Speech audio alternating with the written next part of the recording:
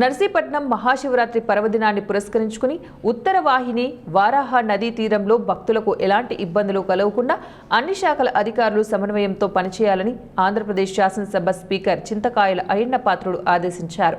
శనివారం స్వయంగా క్షేత్రస్థాయిలో పర్యటించి అధికారులతో సమీక్ష సమావేశం నిర్వహించారు. అనంతరం ఏర్పాటు చేసిన విలేకరుల సమావేశంలో ఉత్సవాల యాక్షన్ ప్లాన్ను వివరించారు. భక్తుల పుణ్యస్నానాల కోసం రవణపల్లి రిజర్వాయర్ నుంచి 2 రోజుల ముందే తాజాగా నీటిని విడుదల చేయాలని ఇరిగేషన్ శాఖను స్పీకర్ ఆదేశించారు. పాత నీటిని తొలగించి గేట్లు మూసివేసి తగినంత నీటిని నిల్వ ఉండేలాగా చర్యలు తీసుకుంటున్నట్లు తెలిపారు. నదీ తీరం వద్ద వైద్యులు, నర్సులతో కూడిన ప్రత్యేక వైద్య శిబిరాన్ని, అత్యవసర సేవల కోసం అంబులెన్స్లను అందుబాటులో ఉంచుతున్నామని పేర్కొన్నారు. శివరాత్రి సందర్భంగా, మరి శివరాత్రి అంటే మీకు తెలుసు, శివుడికి ఇష్టమైన రోజు, పవిత్రమైన రోజు.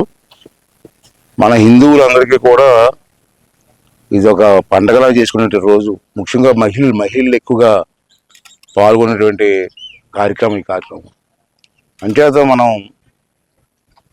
ఈ ఉత్తరవాహిని చాలా పవిత్రమైన ప్లేస్ కాబట్టి, స్థలం కాబట్టి, ఇక్కడే చాలామంది నాకు తెలిసినప్పటికీ కూడా శివరాత్రి జాగరణ ముందు ఉదయమే వచ్చి ఇక్కడ స్నానాలు చేసి,